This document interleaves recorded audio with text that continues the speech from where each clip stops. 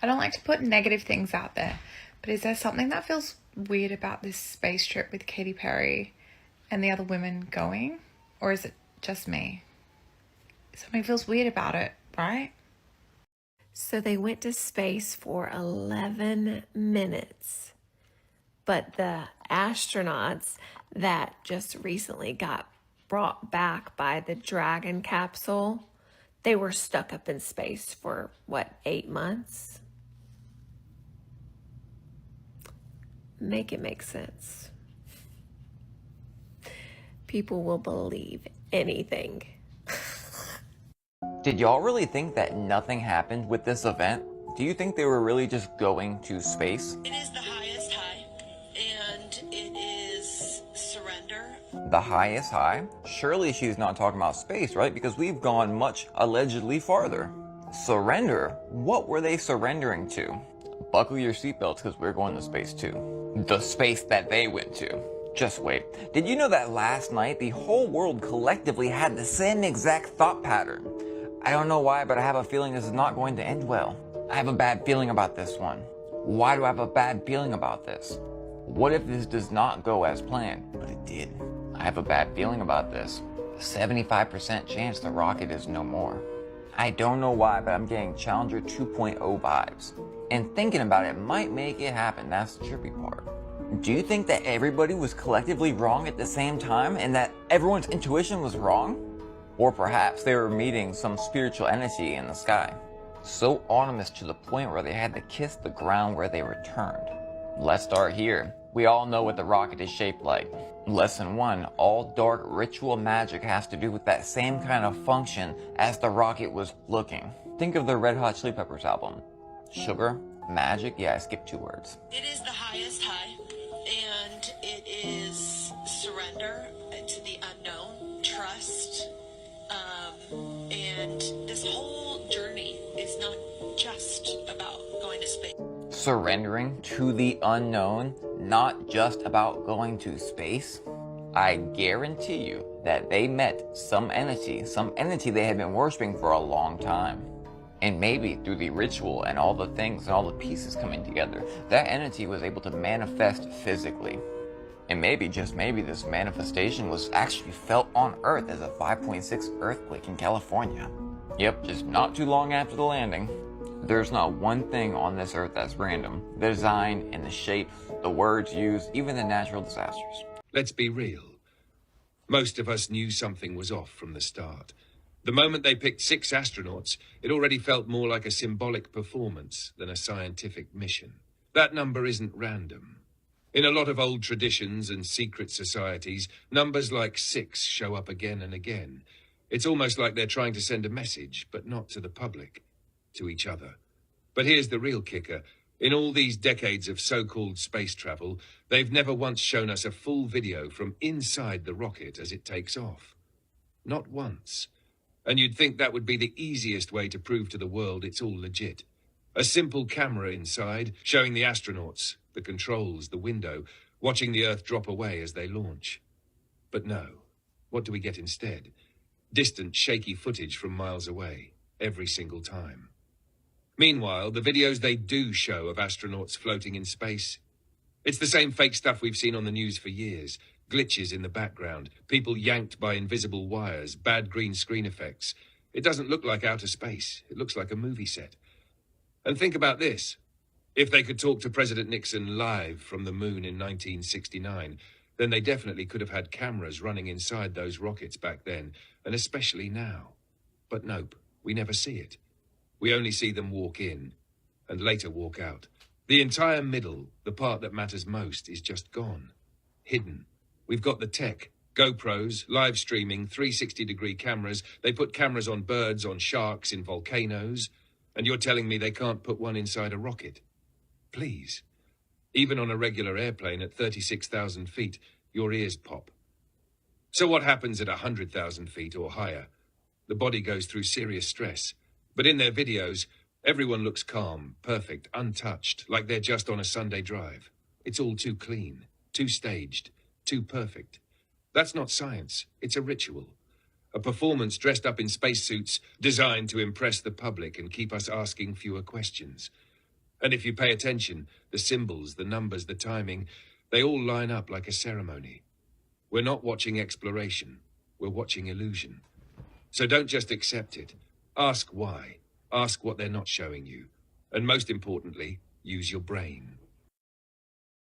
Oh, I cannot with Katy Perry going to space on this penis rocket. What is happening? Liftoff. It's a giant... Shepard has cleared the tower. This is real life! So among those on board is Katy Perry and Gayle King, Oprah's BFF, who says she's so proud of herself right now. Proud... What did you do? You just know rich people and went to space for 11 minutes. Oprah was there and said that she's never been more proud of her friend than today. What did she do? Oprah, we would have been proud of you if you didn't try to crowdsource money for the Maui wildfire victims while you're sitting there in a $30 million house on the hill in Maui. Of course, the Kardashian-Jenner family was there showing support. Kris Jenner said it's really something. Khloe Kardashian's inspirational quote, "Dream big, wish for the stars, and one day you can maybe be amongst them." No one see the humor that this is an actual penis rocket and the Kardashians does know. It is very much giving this. Very much giving this. I just think we're in the end of days, and that's it. Hold up. So they say they was in space for how long? I'm sorry, but y'all really expect me to believe that this whole space trip took less than 10 minutes? Come on now. Here they go, once again, playing right in our face. And people just eat that shit up. So you mean to tell me they launched these women into space? They unbuckle their seatbelt, get to float around or whatever, look through that tiny ass window, see space, and then make it back down within that time frame that they showed? Nah, I don't think so. But what's wild to me is Blue Origin said that this is a 10-minute mission. But the landing post came back 7 or 8 minutes after launch saying that they welcomed them back. They came back successfully. So something's not adding up. The math is definitely not mathing. And then they want to show us footage from outside the capsule. I want to see the footage from inside the capsule. I want to see them up in space. I want to see them floating around, talking, looking, pointing out that little window, saying, "Oh my God, we made it." Something. Don't show the outside, show the inside cam. Show when they're going up, when they're up, and when they're coming down. So until I see inside that capsule of all the footage of them going up, coming down, floating around, doing all that, etc., etc., etc., y'all can kiss my... Because I don't believe that shit. I don't believe it. So this is my journey into understanding that we do not live on a globe, on a spinning ball in outer space that's constantly moving at 1,000 kilometers in a 24-hour period. The sun is not 93 million miles away, and that the moon is not a big old clump of rock that somehow reflects the sun. It is all a lie. What truly is our world is this flat, non-rotating, stationary plane that we have. Basically, this is where we live, the earth here, the clouds are above us, where the birds fly, and then the sun, and the moon. And the moon is a light, and the sun is a light, just like the Bible describes, because the Bible was right all along. And the Bible does not describe this spinning ball just constantly floating in outer space, that you're on a 23.6 axis degree tilt axis, and you are just floating there. That's not how it works. And so I'll show you some details of exactly the proofs that clearly demonstrate that we do not, the Earth is not moving. There are no demonstratable experiments to show that the Earth is actually moving. And I will prove that to you guys. So this is right, and this is an experiment. Demonstratable that there is no motion in this water. This water is so clear and still that you can literally see a reflection of the mountain on the water here. So it's a mirror. That's how clear it is. So the movement, there is no movement. Movement is not happening. We are not spinning. We're not moving whatsoever. Another demonstrable experiment. You cannot have rocks that are able to balance on each other like this without the earth being completely still. Completely still. That's how a flat level plane works. But there's no way that you'd be able to do that or replicate that on a spinning globe. This is what you guys will see on a flat non-rotating stationary plane. The Earth is totally flat all the way across. This is the horizon in low Earth atmosphere. And as you can see, there are no stars, and that's for a reason. But you have essentially this horizontal eye zone. But up here, this is a fish-eyed lens. That's the reason why the horizon is bending and warping like that, because it's artificial. That's what they do to make it look like there is a spinning ball, and that when you get up to a certain height, you can see the curvature of the Earth. That is also a spinning ball horizon. Because this is the artificial fish-eyed lens that warps and shifts the horizontal eye zone. But this is still. And here's another one. So when it comes to boats over the horizon, what you're seeing, the boat, right now you can't see it. It's totally in the distance there. He's zooming out. But then, because when you zoom out with the camera, you essentially are closing the amount of distance you can see from that distance. But you can see the boat right now because he's zoomed in. So now he's zooming out and the boat is disappearing. But what's actually happening is the eyesight, like say for example, if you were using your eyes to do that, you wouldn't be able to see. That's what's happening right there. What we're dealing with here, guys, is that these people are magicians. They are actors. They're not in space. This is not the ISS. Have you noticed that every time when you have footage of the so-called ISS, they're always in the exact same placement? And look at this guy floating in the background here. Watch, see this harness? That's a harness attached to his back. That's how he's floating along, because he's on a harness. They think you guys are dumb as bricks. Like, these people are only deceivers, liars. They are Babylonian magicians. Look at this guy on this harness. See, this is fake. This is not real. This is not real. And if you ever look up ISS footage, you'll see that they are only in the exact same place all the time. And they're always standing, like they're so-called suspended, but the suspension of what is actually happening here, I should be zooming out now in a second, is that these guys are on harnesses as well. They have harnesses attached right there on their sides, just like in a Hollywood movie. That's what you're seeing. Look at this guy right here.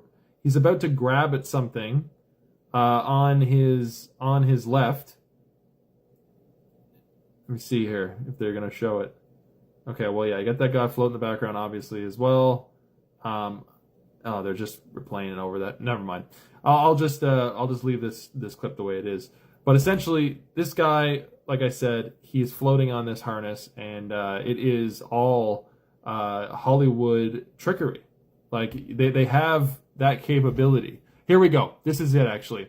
You see that? You see he's grabbing for something? Well, what he's grabbing for isn't actually there. Do you know why? Because they have holographic eye lenses. And so their holographic eye lenses, they can actually display things that the computer shows them in their screen, in their eyes, when in actuality, it's not there, because one of the layers where we're supposed to see that feed is cut out. So you don't actually see the feed. And here he goes again. He's about to do it. See, look, he's grabbing at something that's not there. That's what you're seeing. He thinks it's there, that you're seeing it, but the feed is cut. They're wearing holographic lenses. So that's it, guys. that's only a very brief show of like some of the proofs that I have, but it became so clear that we live on a flat non-rotating stationary plane with all the stars that are moving around us and circulating the North Star. What's actually happening is we're not the ones that are moving. The Earth is not moving. It's the stars above us that are moving. The firmament is shifting. The firmament like shifts like this, like a snow globe like that, and then all the stars are fixed inside the firmament above, and all the stars are moving around and shifting. That's the reason why we have these constellations that are always the same. They never change. We always see the Big Dipper and all these different patterns, all of these different lines that are connecting to other lines. And the reason why is because the stars are not changing. But according to so-called science, we're shooting 515,000 miles per hour. The Earth, Sun, and our solar system are moving through the galaxy at 515,000 miles per hour. That makes no sense if we can see the same stars in the sky, guys, and they don't change. Ultimately, we are all being deceived by these liars. They are frauds. If you start to look into NASA, you will pull them apart. They get millions of dollars every day from taxpayer money alone. They think you're dumb. They think all they have to do is throw up some CGI images and they'll fool you. And the fact is like they have the ability to do that. Have any of you guys seen this movie, Gravity, with Sandra Bullock? I watched this in IMAX before I understood the world that I live in. And my God, the Earth looked gorgeous and beautiful.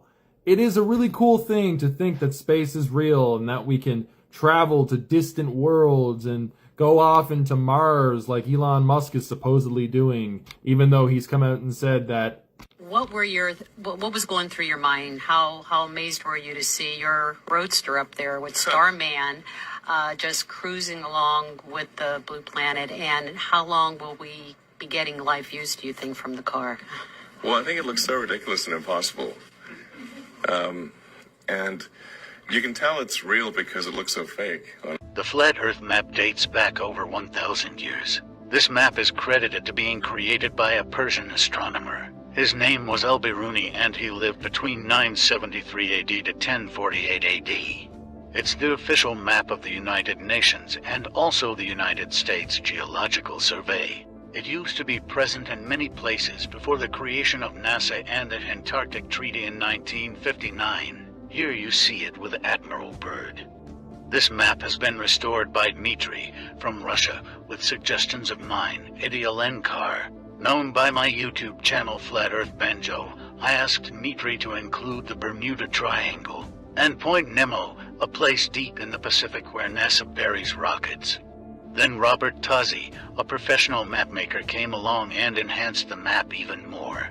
There are many people now selling this map online, but if you could order it from my online store, I would greatly appreciate it.